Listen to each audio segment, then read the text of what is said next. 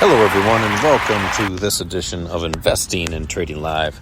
Once again, I am your host, Josh Lilquist, and today is Monday, the 8th.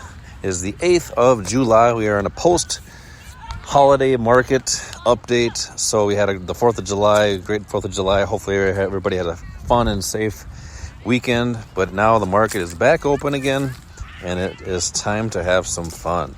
So what we're going to do today is we're going to look at a stock market update. We're going to check out the overall markets, see what the opportunities are happening right now. We will take a peek at the crypto market, also the futures and the currency market, the foreign exchange market.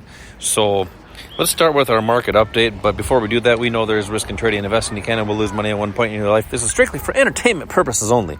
Mainly mine, but hopefully you find it entertaining as well. Let's start with your S&P 500. What we gauge the market as the S&Ps. We are looking at the SPY, the ETF, just to make it easy. That's a tradable asset, or tradable instrument that people can trade. Currently closed at 555.28. Today the market was up 0.12%, which was about 64% or 64 cents.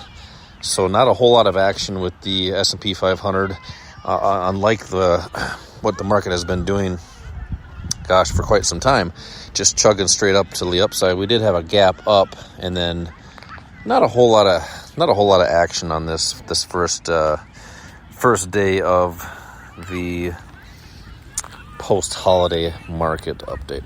So that's our S&P 500 currently closed, and we'll see what happens as we get into tomorrow. Market does have a post-market increase of about 70 cents, so but a lot will change over the course of the evening. That, my friends, is your S&P 500 update. Now your Dow Jones Industrial Average, the DIA, the Diamonds, 393.46, currently closed. Same thing, flat on the day, 0.06% to the downside, which was about 24 cents. So same story, but this one here has been a little more sideways compared to the S&P 500. S&P right at all-time highs, and the Dow is just lagging just ever so slightly. But we did see more movement on the Dow today, just not a whole lot of upside potential as we move forward. But we are in an uptrend currently on a daily chart. That's your Dow Jones, currently closed at 393.46. Same story, slightly to the upside, but only 1 cent on the post-market. Okay, let's go to our NASDAQ, our Qs. This one, the only one to the upside today, but just ever so slightly, 0.24% on the day, which was about $1.24. This has been very similar to the S&Ps. We reached all-time highs. Again, same story, broken record, and we are showing some increasing opportunity or increasing volatility to the upside going into tomorrow, but a lot will change overnight. Currently closed at 497.34. That's your Qs, the NASDAQ. IWM actually also was up on the day, but 0.7% on the day, 0.70%, which was about $1.41. And this one has a chart similar to the Dow Jones. The S&Ps and the NASDAQ currently just reaching all-time high after all-time high, straight uptrend. But the Dow and the Russell have been a little slower. And we won't say much sideways. Not really sideways, but then again, it's just not moving a whole lot to the upside as much as the S&Ps and the NASDAQ. Currently closed at 202.28, and post-market is up ever so slightly. That is your Russell on the day. All right, so let's peek at a couple other ones here since we're doing it. Gold and silver is open. This is a 24-hour market. Futures contract market is up at $2,360.25. That's the gold market, and is up a couple bucks on the day. But that's good for us gold holders. This one here had a big drop on Monday. Currently now the market is actually showing Tuesday's data. Market opens at 5 o'clock on the evenings. So this one is open. And had a big day on Friday, and then dropped straight down, erased all those gains from Friday. And going into Tuesday here, it looks like we'll see a little bit of upside movement on the day. So we'll see what happens as we continue on the day and close tomorrow. So that's your gold market. Silver, $30.83. This one here also had a big day on Friday, but then dropped on Monday. And now since it's Tuesday, we are seeing a little bit of movement to the upside as we got to close not near the lows on Monday, but showing some positive movement here on Tuesday. That's your silver market. Crypto, I mean, you're looking at Bitcoin. That's the total market cap. We don't care about the total market cap. Let's look at Bitcoin.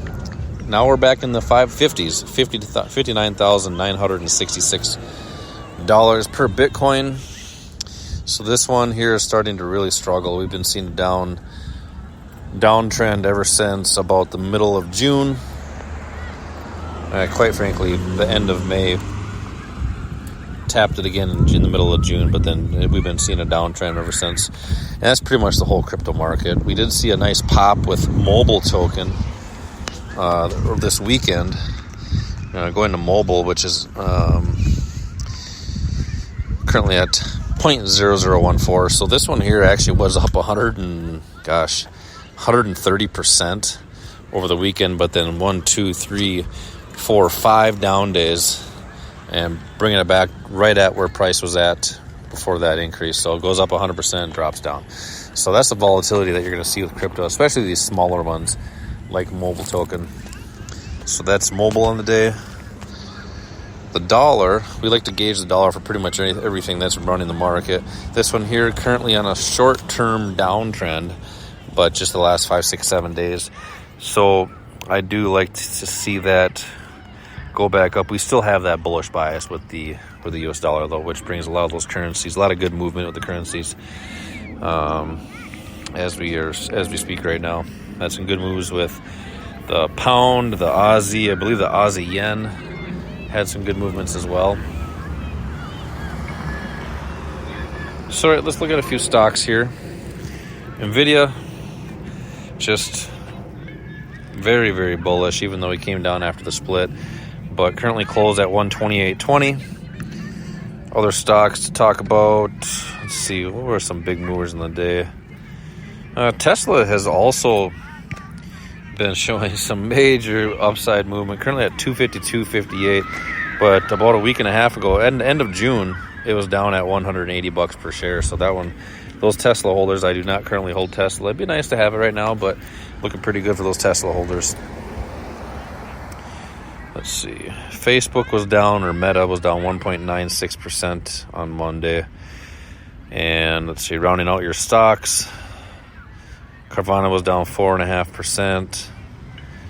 GE was up 1.89%. American Airlines, $10.93, was down 1%. Target was up 2.11%. That's actually a bigger move for Target, I think. Currently closed at 148.72. And rounding out your stock market with Intel up 6%. That's a very large move for Intel. I don't know what happened. They didn't have earnings or anything, but gapped up on Monday, closed at $33.99. Post-market showing a market up already, $34.66. So Intel, who knows what's going on with Intel, but it is closing that gap that happened in the end of April anyway, which is going to happen. We've seen basically Intel going sideways between the $30 and $32 mark since the end of April. So don't know what's going on with Intel. I could probably look at on some smaller time frame charts and see if there's some demand zones, but just for all intents and purposes of time, we will not do that, and you can do your own analysis on that.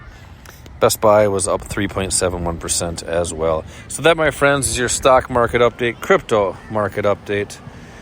The current, I didn't do any currencies yet. You know what? Let's skip currencies for the day.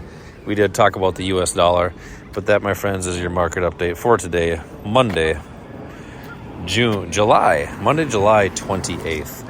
We'll do another update tomorrow and see what we got for movement there. It's about time we do some options analysis. We'll check some options opportunities, see if there's any volatility for selling any puts. That's a lot of the strategy that we like to talk about on the show.